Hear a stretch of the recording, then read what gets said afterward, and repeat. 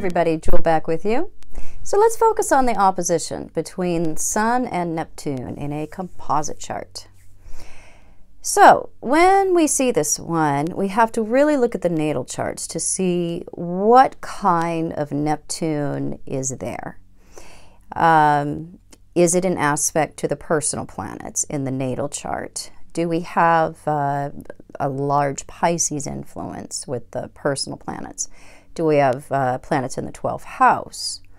We want to look at what types of idealism exist, and mostly what is the content of that.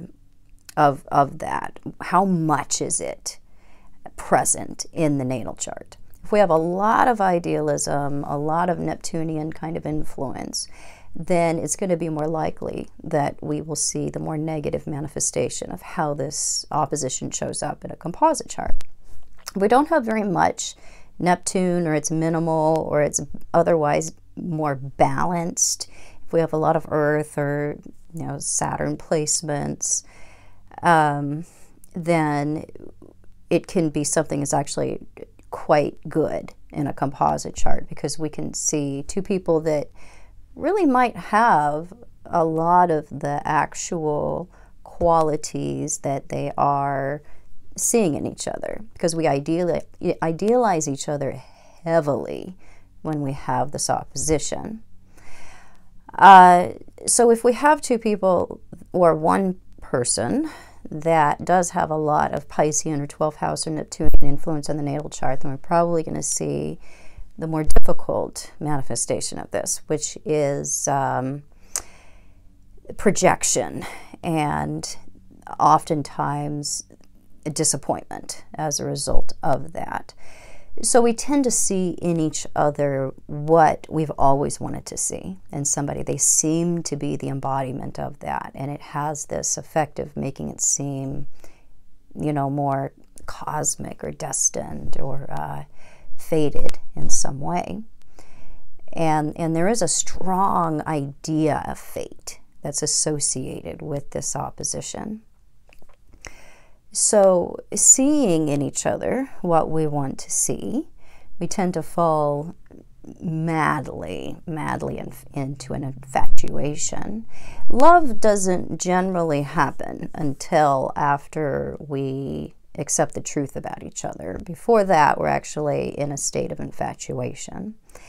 And as we sort of settle into the relationship and we're not on our best behavior anymore, the truth starts to slip out, that's when we'll start to see the images that we have of each other be shaken a bit. So we're dealing with some cognitive dissonance at first when we have this opposition, because we believe one thing, but we're starting to see evidence of another, and it's we don't really know what to do with that. And then as we have more exposure to each other and we have more reality start to seep in, that's when we have that confrontation with the truth. And oftentimes it's very ugly, because it does not match what we were thinking was the truth about the other person. So we have to come to terms with who we actually are and accept each other for what we actually are. And a lot of times what we actually are, we can live with it. Sometimes we can't. We really don't know until we get to that point of the truth coming out, and then we can evaluate it and try to work with what we have or move on. But it's a mystery until we get to that point. We can also see a strong theme of sacrifice with this opposition, sort of martyring ourselves or giving ourselves up or sacrificing ourselves for the other person in some way. And that's often not something that's going to go without a price tag. So we're going to remind each other heavily of those sacrifices, what we've given up, what we've done for each other. It can be a weakening influence in that we can support some behavior, some traits in each other that are actually not our best traits. Some escapist tendencies. We can have more of an enabling kind of effect on each other with this opposition. So we have to be really careful about what it is that we're nurturing in each other and what is the motive. Because oftentimes the motive is to maintain a type of leverage or control over the other person. So we don't always encourage each other's best side or each other's best growth with this particular aspect. So for some people it can work, but you really need to look at the natal charts and see how are they predisposed. What is it that they're actually after? And if they're after escapism, if they have a strong sacrificial tendency in their own natal chart, then this is really going to fit the bill when it comes to putting that story into operation, putting that mythology into an actual vehicle here. So we have to be careful when it appears in a composite chart and be prepared for the truth to come out and then to decide what we're going to do with that. Because sometimes the truth, again, we can tolerate it. Other times it is too far off, or it's actually unhealthy what we find. That when the truth comes out, it's just not going to be something that we're going to be able to work with. So we have to really, really look for what the actual behaviors are.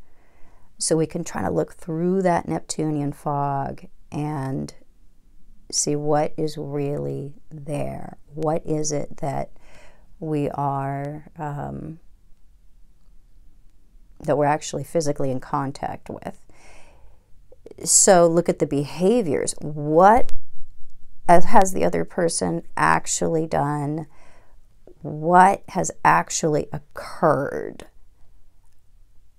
And that makes things much more clear when it comes to evaluating what we've got in a relationship with this, or understanding what the actual qualities of the other person are. The proof is really in the pudding. The actions speak much, much louder than words or projections with this particular aspect. So just be aware when you see it pop up and call me. So I hope this was helpful. If it was, please subscribe to my channel. You can find me on the internet at truthandaspectastrology.com, Facebook, Instagram, other social media. I also have a subscriber option on my website if you're looking for more content, teaching videos, live question and answer videos. We're having a lot of fun over there, so check me out on my website if you're looking for more and more regular content. And I'll be back super soon with more videos. Bye.